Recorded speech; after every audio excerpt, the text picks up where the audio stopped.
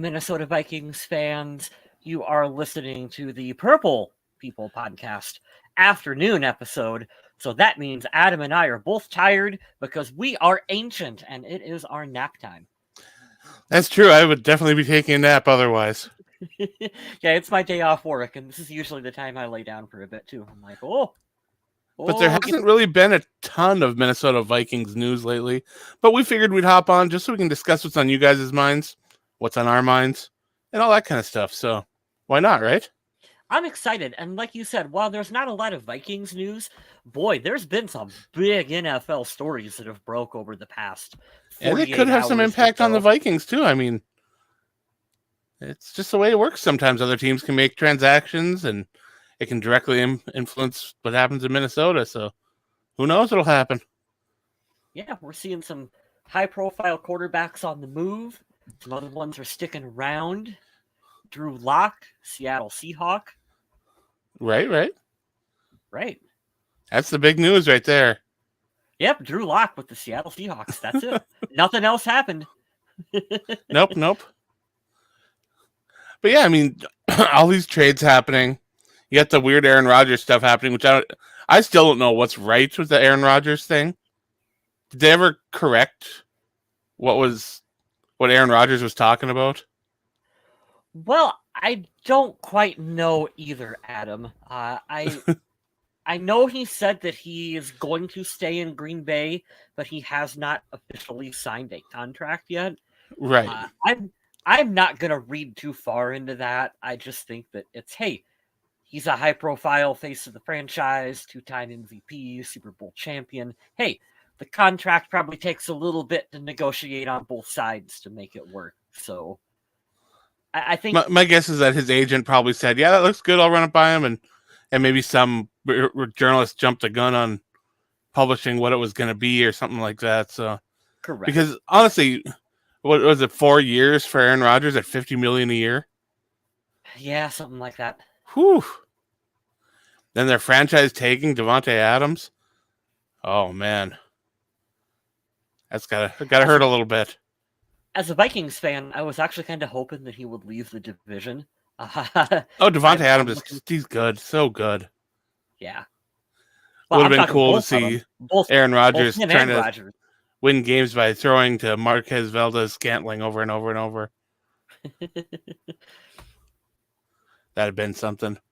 But yeah, we did have a couple quarterbacks, that have either came or gone from the NFC. The big one, of course, is Russell Wilson, the Vikings killer. Wilson has had a history of just absolutely demolishing the Vikings almost every chance he gets, and honestly, I'm happy to get him out of the conference. So that's a big smiley face on my face.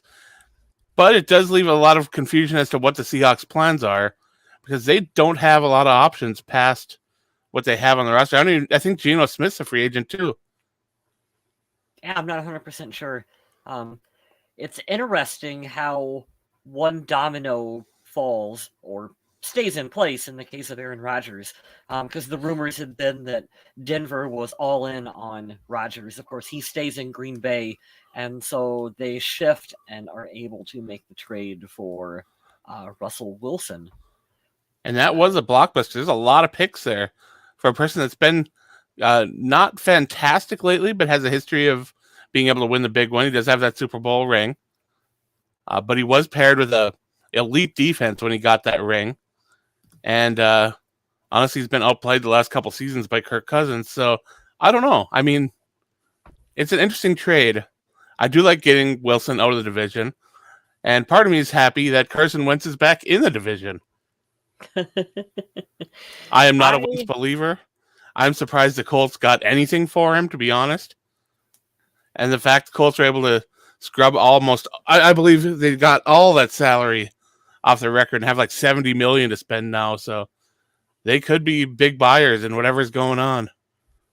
Yeah, it's funny. You'd heard the rumors that Washington had called like every team in the league to inquire about, trading for a quarterback.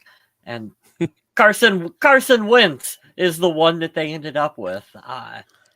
Did you see, that Washington's Super Bowl odds actually went down? Went down? Yeah, 'cause they were supposed to get Carson Wentz, and they got Carson Wentz for like $70 million. And the fact the Colts were able to scrub all most, I believe they got all that salary off their record and have like $70 million to spend now. So they could be big buyers in whatever's going on. Yeah, it's funny. You'd heard the rumors that Washington had called like every team in the league to inquire about, trading for a quarterback. And Carson after the Carson Wentz trade. Yeah. They are Oh less likely to man. win the Super Bowl now, according to Oh, Vegas, and that's funny. that's bad. I, I was talking about this in our private chat. It's kind of funny how none of us are just ever going to use the name Commanders. Like, I'm never calling them that. Like, it's Washington. Yeah, I've gotten too used to saying just Washington, whether Yeah, it's whatever name they've had at that time. Now it's just Washington. it's Washington. I'm actually fine with it. It's just the Washington football team. Because, well, for so long when they were still the Redskins, no one called them that. So I've been calling them Washington for so long that it's never going to change for me. The only real Vikings news that I saw this week, as far as official news, was McGill, the defensive tackle, coming back to Minnesota, and that's not a big signing. Even though my phone wanted to give me a notification for it, twice it sent me that notification about McGill. Hey, Jonathan, do you happen to have the details of Aaron Rodgers' contract? We know it's a 4-year, but we weren't sure exactly on. Well, the report was 4 years, $200 million. Yeah. But then Aaron Rodgers posted that contract isn't real. And since then, I have seen absolutely nothing. I just got back home a very small little bit ago, so I'm not caught up on anything that happened today or really anything that happened last night because I was up late working on an article over for the Viking Age this morning. Who was the guy we were just talking about? The defensive lineman? McGill. He was on the practice squad a little bit last year, apparently. I believe he only played 2 regular season games. I know absolutely nothing about McGill at all. But the Vikings still have that really weird depth on the defensive line, despite Sheldon Richardson moving on. And honestly, there have been a little bit of rumblings about the Vikings wanting to trade to get rid of some of the cap hits that they have on the players that are currently a little older or at positions where they have some depth. And that could involve Michael Pierce. Because I'll be honest, I like Armand Watts. I don't think he's that big of an upgrade or big of a downgrade if Pierce comes out. Pierce also has struggled to stay on the field. And Minnesota hasn't gotten a lot of return on that investment yet. But who knows? Maybe this new coaching staff will be able to do something a little more interesting. Yeah, potentially. I think Pierce is a player that they are probably going to move on from. He's a guy that was brought in by the previous regime. I don't quite think it worked out. I think a fresh start seems like it's probably for the best for him as well, too. So I think that's a guy that I would be okay with the team moving on from. What was that report from Jason Lockenfora that was he named some players potentially that the Vikings could be moving on from? Oh, yeah. I think he named Thielen and Harrison Smith and some others that are older with bigger caps. And we've talked about this on the show, those contracts that Rick Spielman gave to these players that were getting older, kind of like reward contracts. And those right now are just not looking good for this team. Yeah, let me see if I can find it here. Confora, in my mind, though, is better known for his analysis than his breaking news. So I don't know how far I'd trust a lot of this, what his rumblings are, because, of course, everybody has claims to be an insider, has their own sources and things like that they're not going to tell you what they are or where they come from. But I will say Lockenfora has missed more than he's hit on some of this stuff. So, yeah, I'm not really in there on that. I don't exactly put him in the same basket as some of the other guys who break news, but hey, even Schefter messed up. Right. So he's got that the Vikings are open to trading veteran players, including Dalvin Cook, Adam Thielen, Eric Kendricks, and Michael Pierce. If we're looking at just those 4 players, like if I'm going to keep 2, trade 2, I'm keeping Eric Kendricks. There's really no scenario in which I'm moving on from Kendricks. And I'm keeping Adam Thielen. I would be okay with moving on from Pierce, and if the value is there, I'd be okay with moving on from Cook. But Cook is one of those, you keep him if you can, but if someone wants him, if someone covets him and is willing to give you a deal for him, yeah, I think you can entertain that trade. Well, the problem is that the running back market is already either saturated or people aren't interested in the feature back anymore. The Giants are Correct. also actively trying to trade Saquon Barkley. I've heard Christian McCaffrey might be Christian available as well McCaffrey's been too. getting calls about him. I mean, there are Right. running backs out there that there is some demand, but there also seems to be a lot of supply. So I don't know if the Vikings could get back anywhere near what they wanted to get for Cook, but Cook's contract is quite large. And while we were talking about Eric Kendricks, right now the Vikings linebacker core is looking really rough, especially if they plan on Right. playing some more in a 3-4 defense and have extra linebackers out there. Because right now, I don't believe they have the personnel to do that. I don't think so either. We had speculated whether or not, last year was the final season we were going to see Anthony Barr in Right. Minnesota. I really think that they're going to bring Barr back. And he actually might, maybe the switch to a 3-4 might play to his skill set better. I agree. Especially at this stage in his career. So I'm kind of actually really all on board for bringing Anthony Barr back to this team. Depending on the money. I mean, they have to kind of let him test free agency and see what kind of money gets thrown at him. And I don't know if Minnesota's going to be able to match anywhere near that. I do believe we're going to get some restructures come out and maybe some extensions to alleviate some cash. I think Minnesota's going to be able to get under that cap fairly easily. But then for maneuvering and making moves, it's going to be a little bit of a challenge. Yeah. Well, I think coming up by about this time next week, they have to do something with Danielle Hunter. Correct. He's got that, what was it, a guaranteed roster bonus, I believe, that kicks in. So yeah, I believe 4 players on the Vikings have those guarantees kicking in a week, and Kirk Cousins is not one of them. So we probably won't be hearing Kirk Cousins news anytime soon because there is absolutely no rush to do anything with him at the moment. Yeah. Do you know who the other players were other than Hunter? Oh, it's Pierce and a couple others. I don't really remember. Yeah. I'll just be curious to see because this is going to be the first that we really get to see what direction the new coach and general manager are going to be taking the team based on what they're going to be doing with some of these players coming up here really soon. So I am excited to see how that's going to play out for Minnesota. I think we all want to see Minnesota move a direction where they have a lot of younger players, high ceiling players, and moving on from some of the veteran players. As a theory in your head, it makes sense. It sounds good until you start looking at some of these players that you're moving on from. And there is a little bit of that nostalgia factor and that you would miss them if they were gone. And of course, we've already had, did we on the last show talk about Kyle Rudolph? I don't remember, but we can talk about it right now. About him. Yeah, because Kyle Rudolph had a nice big contract, 2 years, $16 million in the Giants. Giants did not get the production they wanted from him. He struggled to get healthy and stay on the field. And eventually that saw to Kyle Rudolph making the announcement that he was not going to retire after 11 years in the NFL, that he wanted to play some more. And the Giants responded to that by cutting him. Yeah. So now Kyle Rudolph's a free agent. Minnesota does need help at tight end at the moment. They do have Irv Smith Jr., and they've got their blocking tight end in place. For some reason, his name is slipping my mind at the moment. But, of course, Tyler Conklin is a free agent. And, of course, they could try to sign him back. Or they could try and see what they could get as far as a contract to bring Kyle Rudolph back for a year or two. Be that big, rangy, wide catch radius tight end that he's a good target in the red zone. He can be that guy. Yeah. Because neither of us really think that Irv Smith is a guy you want to push all your chips in on the table with right now. I like the guy. He's talented. He's athletic. If he can stay on the field, he's a good player, but he hasn't been able to be on the field.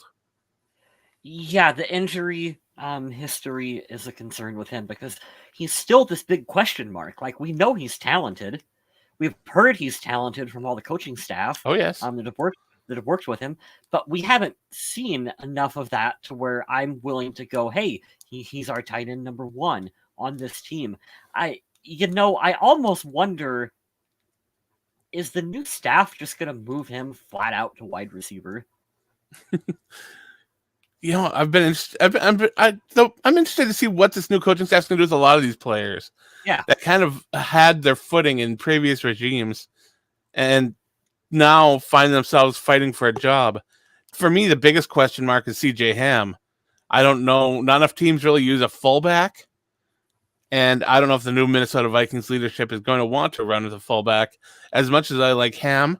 If they're going to take Ham, if they're going to make him a tight end that sometimes blocks, they could do that.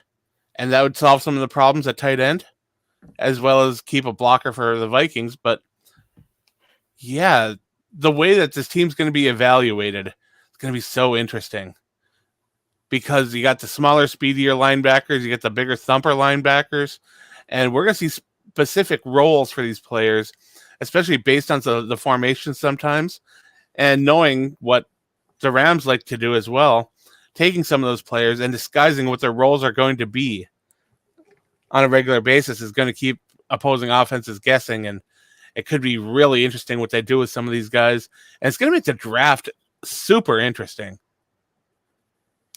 correct. I was looking at, I forget what Twitter account it was, one of them that I follow, but they did kind of what they were hoping for like a projection for what the roster would look like. And they did it where it was one of the, they showed the base formation for the defense. And it's Right. so weird. It was so weird looking at it because it was that 3-4 front.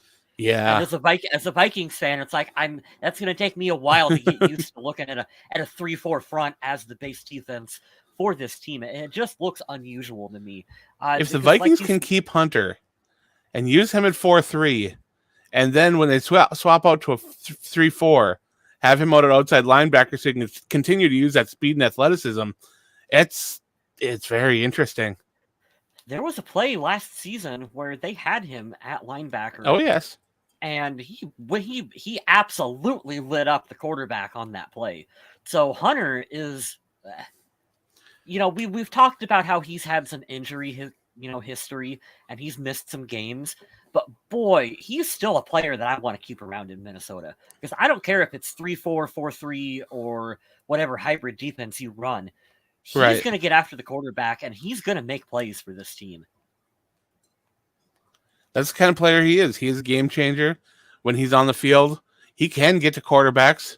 And considering how he was such a raw player by a lot of people's standards early in his career, he's still developing and learning as he's going. And if you throw another obstacle at him, like being a stand-up linebacker in the NFL, I think he'd take that pretty well.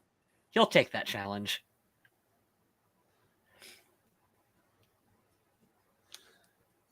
But yeah, there have been some notable linebackers released as well. Won't get into those names, but there are some players that could be quite interesting for the Vikings because they will need linebackers, whether it is for, whether it's in the draft or free agency or however they acquire them, they will need linebackers. And as we've discussed on this show multiple times, the Vikings don't need a ton of help on offense. Right now, as long as they bring back the players that they have under contract, you'd think all they need is maybe some people on the offensive line, the interior, to challenge, not even to take it over. They could have some people to just challenge for the spot at this point, because who knows what blocking scheme the team's going to use. Maybe these players will be better adapted to that. And we've already heard Kevin O'Connell talk about the center for the Vikings and how he really likes some of the things he does. So it might not sound like the Vikings are going to make a change there, which means the right guard might be the only real big hole that needs to be filled. And sure, you could sprinkle in some talent at wide receiver for depth and tight end for depth as well.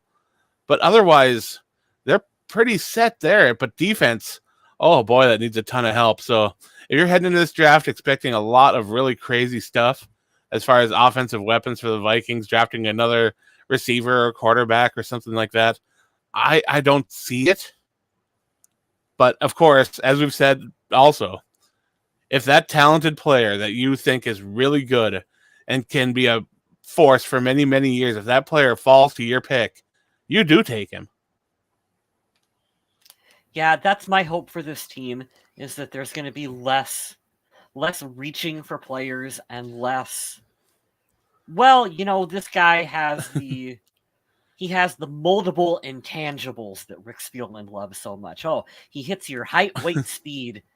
So we're going to go ahead and draft him, and we're going to pass on. We're going to pass on a player who's ready right now based on the potential. Now, sometimes that works because occasionally you end up with a Daniil Hunter or you end up with a Stephon Diggs who is overachieves based on where you drafted them. But sometimes you end up with what was it, the quarterback that we converted to, what was it, linebacker or something weird? There have been some weird ones like that. Yeah, that we did last off season. So I'm hoping that they take a little more, I know it's a cliche, but best player available. The good news for the Vikings is that early in this draft is a great time to get a corner or an edge rusher. There are some really awesome edge rushers and corners early in this draft.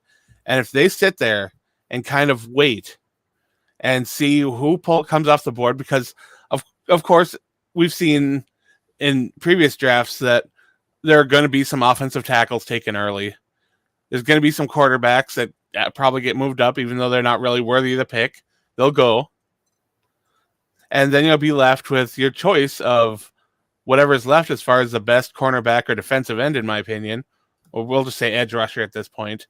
And I don't think you can really lose at 12 where you are. Yeah, they should have a fairly open board in front of them for what they want to do. Because like you said, there really is multiple positions on this team that they can draft in that first round. They could go linebacker, they could go corner, they could definitely go edge rusher. And yeah, I wouldn't be shocked. Maybe one of the elite wide receivers dropped and they're like, well, let's do it. Because there were times this offense struggled, and sure, we can place a lot of the blame on the offensive line for not giving Kirk Cousins time or being able to create actual holes for Dalvin Cook, but as a whole, trying to get people as many weapons as possible is the best way to get wins. It's always a good thing. You're also looking at an offense that is going to run more 4 and 5 wide receiver sets than what they had previously. So, hey, if you've got another playmaker that's available that you can put out there on the field, you know that Thielen and Jefferson are going to command the bulk of the coverage. Hey, guess what? You've just created an opening for another guy to go out there. That's a mismatch. And we've got a team right now that has personnel that's centered around passing the ball a little more often. The Vikings, they were stubborn when it came to running the ball. Even if they went against a team that was number 1 against the run, their main focus was running the football against this team. That's the best in the league at doing it. And the Vikings, right now, they're going to throw the ball around a little bit more. And one thing to really watch with this is if Dalvin Cook is still on this roster, they could do some really dangerous things with him coming out of the backfield and being able to execute some screens. Wouldn't that be something? Yeah, get Dalvin Cook out there in open space. Yeah, I like it. Or with blockers in front of him? I mean, come on. Mm-hmm. That's just a recipe for success right there. No, the Vikings offense has a hell of a lot of potential right now. That's why the more you sit down and think about it and discuss it, the more I'm not on board with getting rid of Kirk Cousins this year. I think that it would be wise for this staff to spend a year with him and see how it works. And I know that Kevin O'Connell had a little bit of time with him in Washington, but we're not in Washington. We're in Minnesota, so that don't count. Like, he's got to spend some time with him right now, see how it works, see what they can develop, and then make a decision about what the long-term plan is. Well, there's really 2 options right now. You either work with what you have because the cap isn't going to allow you to spend a lot to change up the roster and draft as best you can and try to be competitive, or blow it all up. Yeah. And just start all over. And sure, you can keep a couple of pieces. If you're starting everything over, you want to keep a Brian O'Neill. You want to keep a Justin Jefferson. You want to keep these young, talented players that can be around for a while. But yeah, I mean, blowing things up, it is appealing in the long run. But it would make for a terrible, terrible year as a fan. I think, and then we'll get to our question here in the chat. You can give it a try for one season with kind of what we have now, a lot of the pieces that are in place, and go for the draft and kind of supplement it with some free agent signings and work your cat magic. And if it doesn't work, guess what? You can blow it up next year. Right? Like, I mean, it's okay. The staff isn't going anywhere. The general manager isn't going anywhere. Like, there's no real rush to just blow it all up right now. I don't think. I don't think there is either. Yeah. Akeem Hicks. So that's our question in the chat. Do we want him? There have been some rumors that he is a free agent that Minnesota will be looking to go after. Where this is linked from is there's an article on CBS Sports that paired free agents with the best fit for them. Mm-hmm. And Hicks was tabbed as being one of the best fits for Minnesota, which makes absolutely no sense. Because if you're going to spend big money on a free agent, why would you spend more big money on another defensive tackle?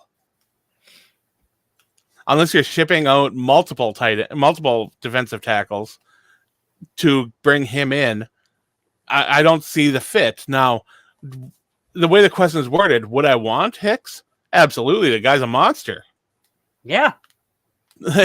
I mean, but we're not playing Madden here with the salary cap off and just doing our own things, because I just don't see how logically it could work or how that money would be allocated there when the team needs so much more. I agree with you, Adam. Do I want him in Minnesota? Absolutely.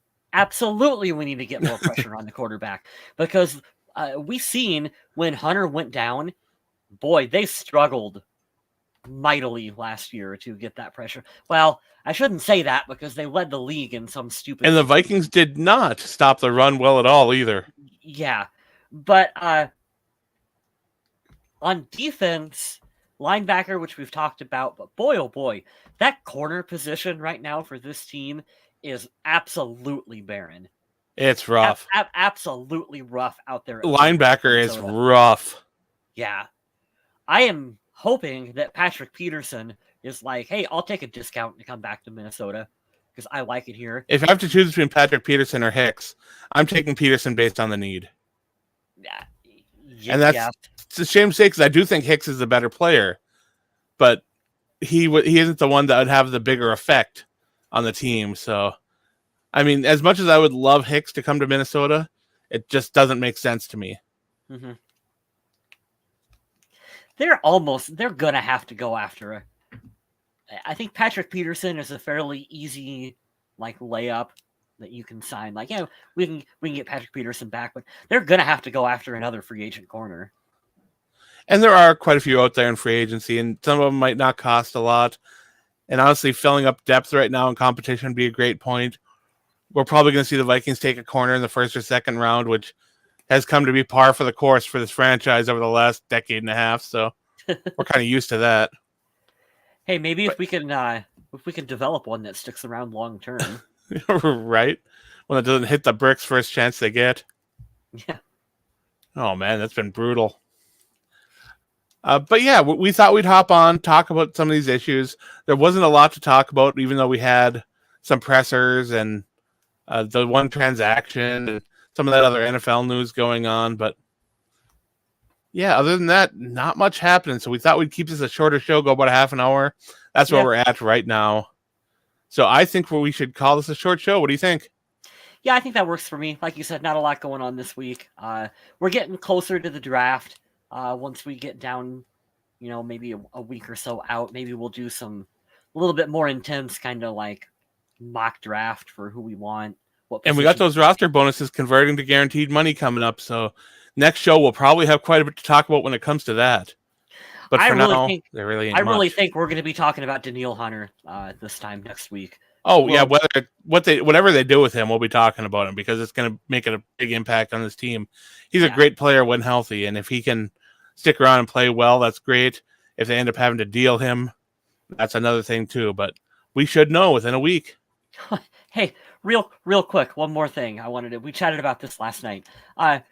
I think it's weird how much media Rick Spielman is doing right now. I think there's a lot being said.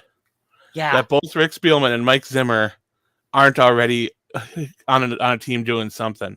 Both have already said they want to stay and do some football stuff, but neither has seemed to find a place to hang their hat. right. The more I hear from Rick Spielman, I I don't like the guy. You know that? And we forgot about the Sugarman news.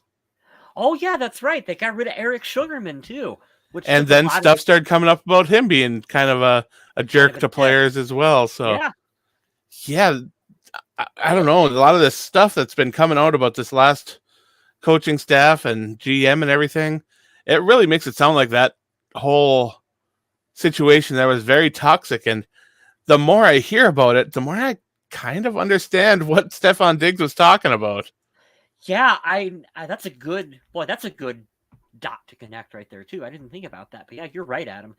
There was something wrong in that culture, and it's been that way in Minnesota for the past 4 or 5 seasons. It feels like.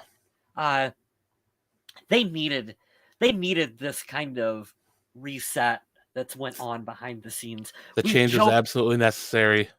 We've joked a little bit about it being the kumbaya come together Minnesota Vikings now, but you hear some of the reports that have came out about Sugarman and some of the other stuff that's said, and like, yeah, you do need that come together moment. Yeah, it makes sense, and I'm glad to hear that it's going to be a bigger change and not just new faces and new places.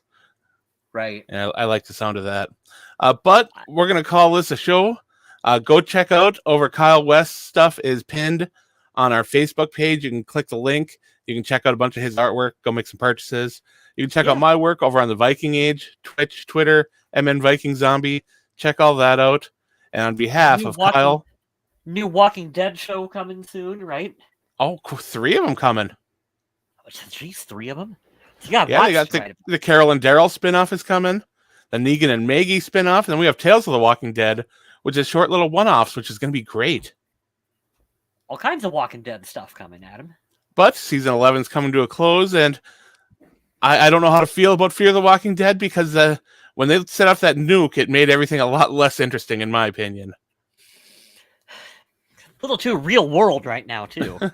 Yeah, a little bit out there. Yeah. But yeah, on behalf of Kyle, the Kyle that can't be here, and myself, stay classy in Minnesota.